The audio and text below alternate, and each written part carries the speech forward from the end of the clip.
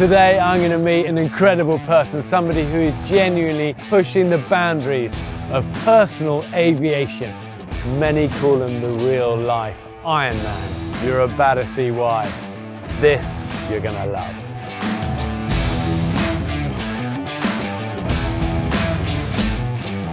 He said he's going to come from that direction. It's going to be pretty cool to see. I just hope the chickens don't go too crazy. Oh boy! He said put earplugs in!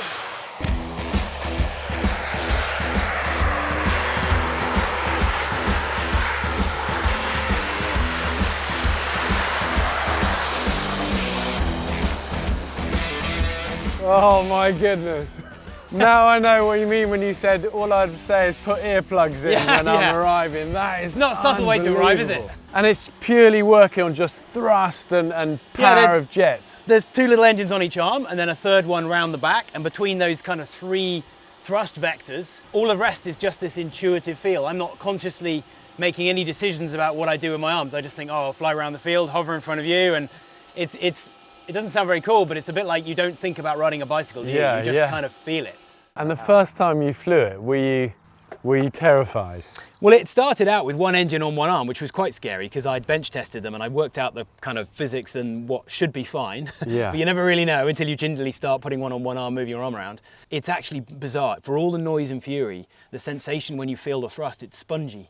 It's just blowing air out at high velocity, so you just feel this spongy push. So I thought, well, if one works, what about putting another one on the other arm? Yeah. And then I sort of jumped around a bit, and then I just tried doubling them up, and then it just grew from there.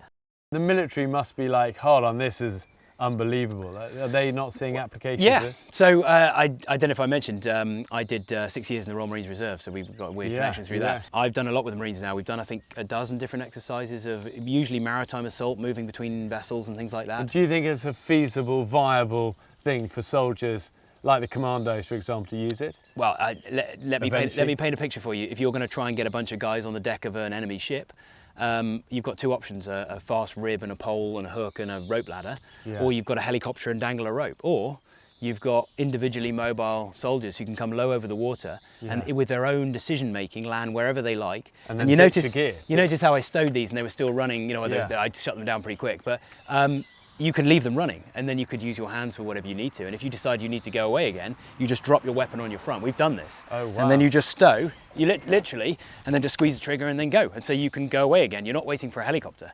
I would also argue that becomes a weapon as well. I mean, imagine you landed close quarters with somebody and a blast of that at. We have blown oil drums across the floor, but yeah, I suppose you could if it came to that. Yeah, wow. Could I ever just have a go holding it and just feel Yeah, well, we'll show like? you in our truck. You can show you some of the gear and we'll get you strapped into one. Awesome. I tell you, I don't know if you saw the footage. We had this ridiculous opportunity where the QE, the Queen Elizabeth aircraft, did you see the shot of going around? I mean, who gets to do that, right? The Washington Embassy said, can you come and sort of jazz up the event as if the F-35s weren't enough? And I went out and visited all the DOD and Pentagon officials. And did you have to who did you get permission from? Was it them, the Americans? No, the Washington Embassy and the Royal Navy asked me to do it. Rich, classic, former Royal Marine Commando. And as you all know, the commando ethos, always pushing the boundaries, innovating, thinking man soldier was a Royal Marine. Yes, and you embody it, amazing. Come on then, let's try this on. So if you sit down on the edge of the table thing, and then we clip you in. It's as pleasant as most harnesses if you get your equipment in the wrong place, if you know where I'm going. If we go back to where I took off, it'll be nice and clean. Yeah, okay. We've got to get one. Let's go. Epic. Hey boys, we're the school commute. It's just had a serious upgrade. I'm picking you up at the school gates. So if we stand where I took off, it'll already be nicely dust free. So slide your arms in and then lift them up. Okay, and you should start to feel it come alive. If you lean forward just very slightly. So if you just wait there for a minute. This is the process that will take 10 seconds with the latest one.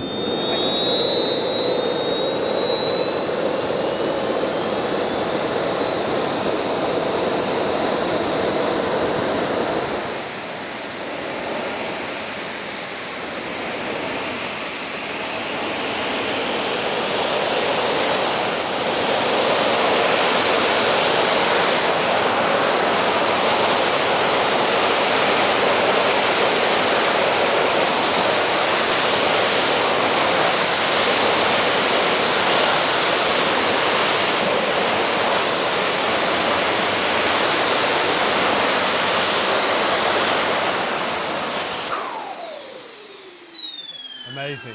Crazy, huh? That's very, very low power, but And you get the idea. Like super low, that's the lowest power. But now you can imagine, as it just pushes more and more and more, you look really stable. When you were But jumping you up, can see it's very intuitive. yeah, it really is. The fact you were jumping up and not then going off to one side meant you already had a stable position. So that was really good.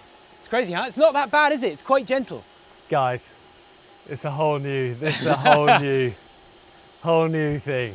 Wow. I think what I've learned is this is definitely going to be part of my future. Whether the whole world's going to do it or not, we're going to be able to do it. But also seeing you do it just shows what an incredible skill you've developed. We should have a little race around the field. Let's do that. I'll take the little 125 scrambler, you take this. Brilliant, so, I'll chase you. Yeah. Let's go and do that. Okay, let's get you suited up. That was amazing, amazing. Now, I've done many things in my life, but I can say with confidence that racing a man in a jetpack was a first. Yeah, it's going to give you like a wave for you to start, okay? Yeah.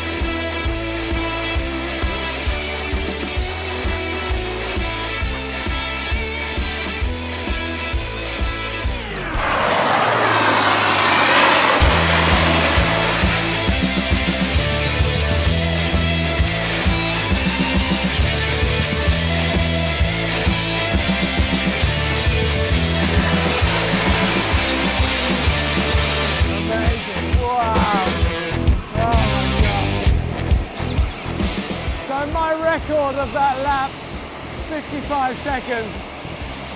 He was just at walking speed and I halved it. Oh my God, so fast. But so fun, oh my goodness. And the truth is, we're only just scratching the surface of this sport. Just imagine having race teams of this screaming around courses. Well done, Rich, what an inspiration you are, man, you're so fast. I could feel this jet wave of heat as I came to the corner and I could see you like slowing down behind me. That was brilliant, it's really tight round the top there. I love it when it's kind of really narrow. Did you follow it round? Yeah, I did. Oh yeah. My goodness. Yeah, that's really fun. I've just got to go quick enough that when I kick up all the grass, that it doesn't all come back at me, but that was so fun. This is the future and you've just seen it. Thanks for joining me today and make sure you don't miss the newest episodes of Bear Thrills by hitting the subscribe button below. Stay with us, stay empowered.